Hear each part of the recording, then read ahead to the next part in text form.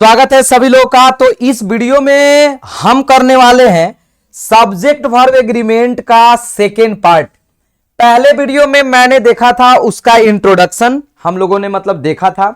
मैंने आपको बताया था what is subject verb agreement और बताया भी था आपसे कि सेकेंड वीडियो में यानी पार्ट सेकेंड में हम लोग बोल सकते हैं यहां हम लोग देखने वाले हैं इंपॉर्टेंट रूल्स। क्या देखने वाले हैं प्यारे साथियों? इंपॉर्टेंट रूल्स करने वाले हैं हम लोग, जो बहुत ही ज्यादा इंपॉर्टेंट है। और एक वीडियो करेंगे जिसमें हम लोग प्रैक्टिस देखेंगे, ठीक है ना जी, प्रैक्टिस देखेंगे। तो सबसे पहले इंपॉर्टेंट रूल्स में हमारा पहला रूल्स क्या कहता है? पहला रूल क्या कहता है? If two subjects are connected with देखिएगा, मतलब यहां इसके कहने का मतलब है ना प्यारे साथियों कि यदि हमारा दो सब्जेक्ट कनेक्ट हो, कनेक्ट का मतलब होता है जुड़ा हुआ हो, दो सब्जेक्ट का बात हो रहा है, एकदम ध्यान से समझने का कोशिश करेंगे सभी लोग। If two subjects are connected with किस किस से, देखिएगा जरा, either or neither nor not only but also nor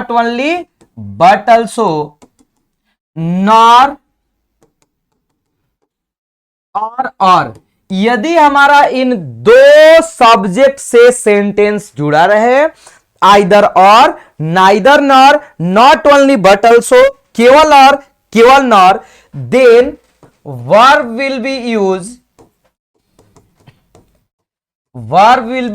used according to near subject और सेकेंड सब्जेक्ट। यानी अपना भाषा में थोड़ा सा इसको समझ लिया जाए कि यदि हम लोग का सेंटेंस आइदर और से जुड़ा हो, नाइदर नॉर से जुड़ा हो, नॉट ओनली से जुड़ा हो, not only but also say, केवल नॉर से, केवल नॉर से या और से जुड़ा हो, तो वर्ब का यूज हम लोग करते हैं दूसरे सब्जेक्ट के अनुसार या नजदीक वाले सब्जेक्ट के अनुसार। जैसे यहां पर थोड़ा सा हम आगे यदि बढ़ेंगे तो और ज्यादा बेहतर समझ में आएगा। जैसे मैंने लिखा वही बात यहां एक और बार मैं लिख रहा हूं, यदि दो सब्जेक्ट आइदर और, ठीक है ना, neither nor, not only but also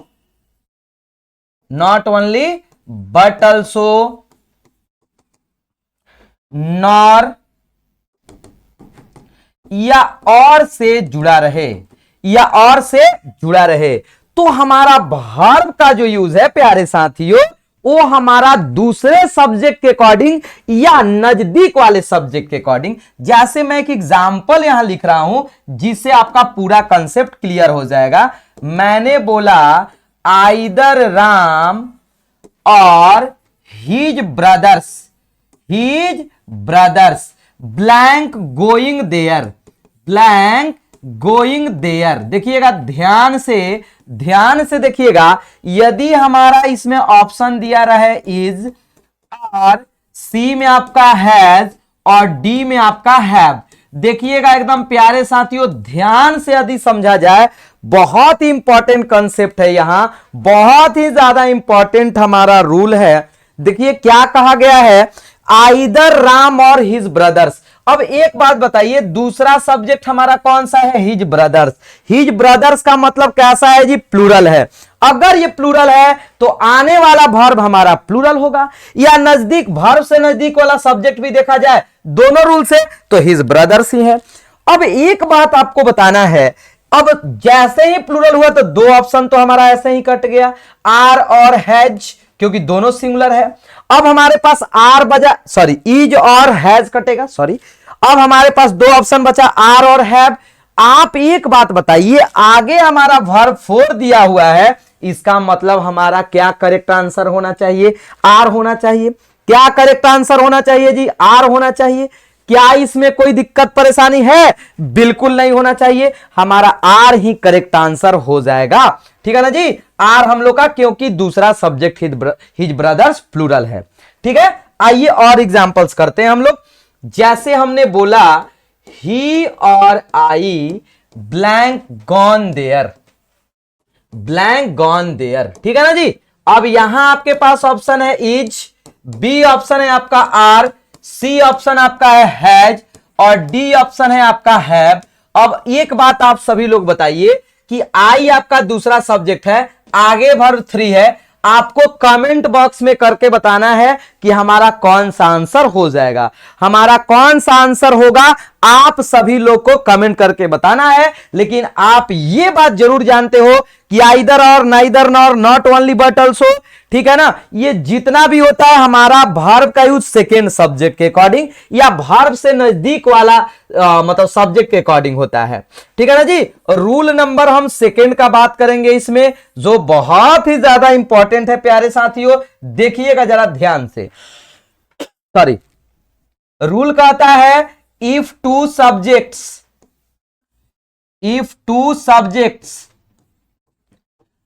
are joined with, देखिएगा यदि दो सब्जेक्ट ज्वाइन हो, जुड़ा हुआ हो, किस किस चीज से, देखिएगा विथ से, टुगेदर विथ से,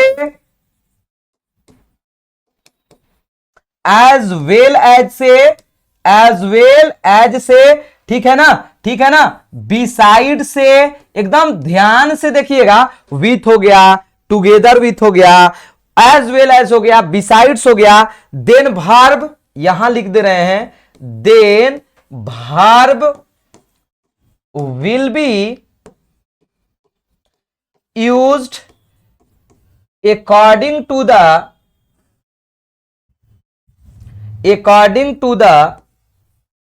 फर्स्ट सब्जेक्ट, यानी वर्ब का यूज किसके अकॉर्डिंग होगा? पहला सब्जेक्ट के अकॉर्डिंग हमारा वर्ब का यूज होना चाहिए। जब सेंटेंस हमारा विथ, टुगेदर विथ, ठीक है ना, accompanied by, as well as, besides, जितना भी हमारा होता है इससे जुड़ा रहे तो पहला सब्जेक्ट के अकॉर्डिंग होता है। पहला रूल में दूसरा सब्जेक्ट के अकॉर्डिंग और इसमें हमारा पहला सब्जेक्ट के अकॉर्डिंग। आइए अब हम लोग थोड़ा ध्यान से देखते रहिएगा, यहां हम एग्जाम्पल देते हैं। हमने बोला श्याम विथ माई ब्रदर्स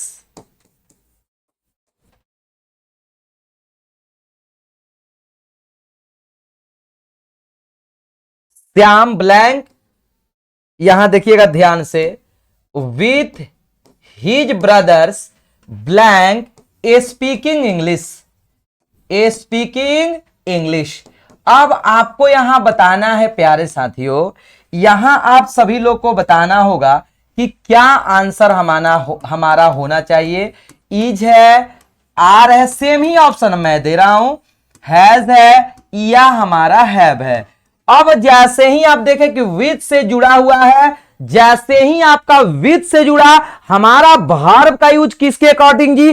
पहला सब्जेक्ट हमारा श्याम है, तो श्याम और आगे वर्ब 4 है, इसलिए हमारा इज ही आंसर होगा। इसमें कहीं से भी दिक्कत नहीं है। दूसरा subject he along with I blank coming, इसका आंसर आप सब लोग को कमेंट बॉक्स में इज होगा, एम होगा, आर होगा या डी में आपका हैज होगा या हैव होगा, जो भी है इसका आंसर आप सबको, ये आपका होमवर्क है। मैं बस ये देखना चाहता हूं कि आप पूरे वीडियो को वॉच कर रहे हो या नहीं कर रहे हो, ठीक है ना जी, क्योंकि जब तक पूरा नहीं देखिएगा तब तक चीजें समझ में नहीं आएगा। आसान भाषा में कहा जाए तो इसमें हमारा ये क्या आंसर होगा आप सभी लोग को कमेंट बॉक्स में बताना है। लेकिन इतना तो क्लियर है कि जब along with से हो तो पहला सब्जेक्ट के अकॉर्डिंग वर्ब होगा।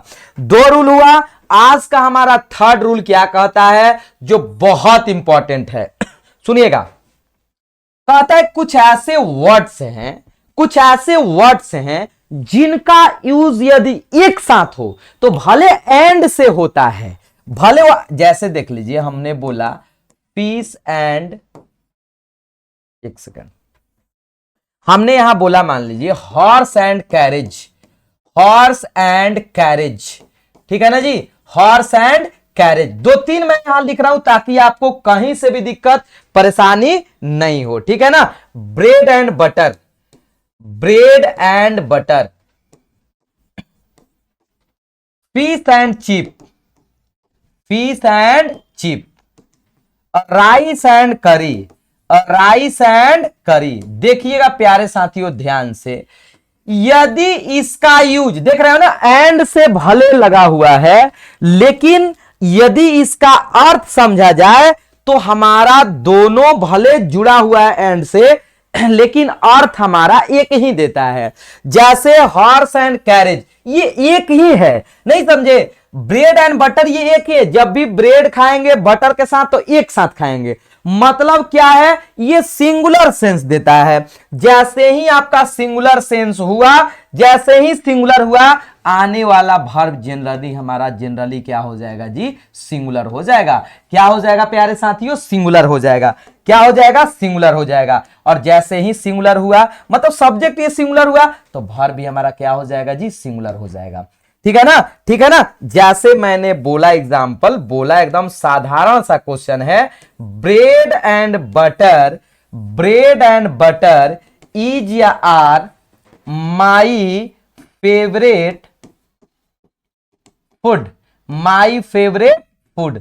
अब आप सभी लोग को बताना है कि इसमें इज होगा कि आर होगा। आप जानते हैं कि ब्रेड एंड बटर का बात कर रहा है, मेरा फेवरेट फूड है, मेरा फेवरेट क्या है जी, फूड है। तो आप सबको बताना है ना कि इसमें हमारा क्या होना चाहिए। तो देख लो, आसान है, क्या हो जाएगा बाबू लोग, इज हो जाएगा, क्योंकि ब्रेड एंड बटर हमारा सिंगुलर सेंस देता है, इसलिए हमारा क्या हो जाएगा जी, इज हो जाएगा। आई होप कि यहां तक में कोई दिक्कत नहीं होना चाहिए, किसी को भी यहां तक में परेशानी नहीं होना चाहिए भाई, क्योंकि ब्रेड एंड बटर से एक ही चीज का बोध हो रहा है। और जब भी हमारा दो वर्ड आता है ना सेंटेंस में, तो कहीं ना कहीं हमारा सिंगुलर सेंस देता है। सिंगुलर इसलिए क्योंकि इसका यूज हम लोग एक साथ कर रहे हैं, ब्रेड एंड बटर। हमने बोला हॉर्स एंड कैरेज इज या are waiting on the gate. ये कमेंट बॉक्स में आप लोग को बताना है कि इज होगा कि आर होगा। उम्मीद करते हैं समझ में आ रहा होगा। और बहुत ज्यादा जब हम प्रैक्टिस सेशन लगाएंगे ना, प्रैक्टिस सेशन लगाएंगे, तो वो चीजें एकदम क्लियर हो जाएगा, क्लियर हो जाएगा जी। ठीक है, अगला रूल कहता है कि यदि सेंटेंस में प्रीपोजिशन का यूज किया गया है, प्रीपोजिशन का यूज किया गया हो, तो प्रीपोजिशन से पहले आने वाला, इससे पहले आने वाला वर्ड, ध्यान दीजिएगा, बहुत इंपॉर्टेंट है। आने वाला वर्ड हमारा किसका काम करता है जी, मेन सब्जेक्ट का। किसका काम करता है प्यारे साथियों, मेन सब्जेक्ट का।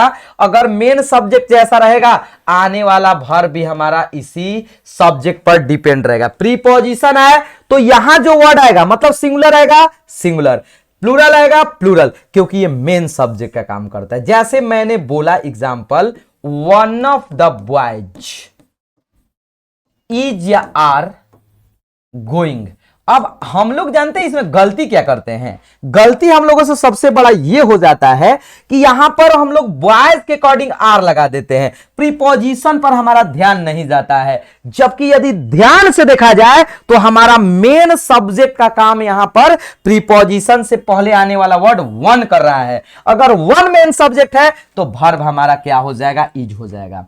क्या हो जाएगा प्यारे साथियों, जल्दी से कमेंट करके बताएंगे, इज हो जाएगा ना। आप सभी लोग कमेंट में कोई कमी नहीं छोड़ेंगे कि हम लोग को हाँ सर एकदम बढ़िया समझ में आ रहा है, मजेदार कंसेप्ट है, कोई दिक्कत नहीं है। जैसे मैंने बोला, जरूरी नहीं कि हमेशा जो होगा आपका singular, all of the boys, all of the boys, same is या आर गोइंग, इज या आर गोइंग। तो ऑल हमारा प्लूरल है, तो ऑल हमारा प्लूरल है, तो वर्ब क्या हो जाएगा, प्लूरल हो जाएगा, आर हो जाएगा।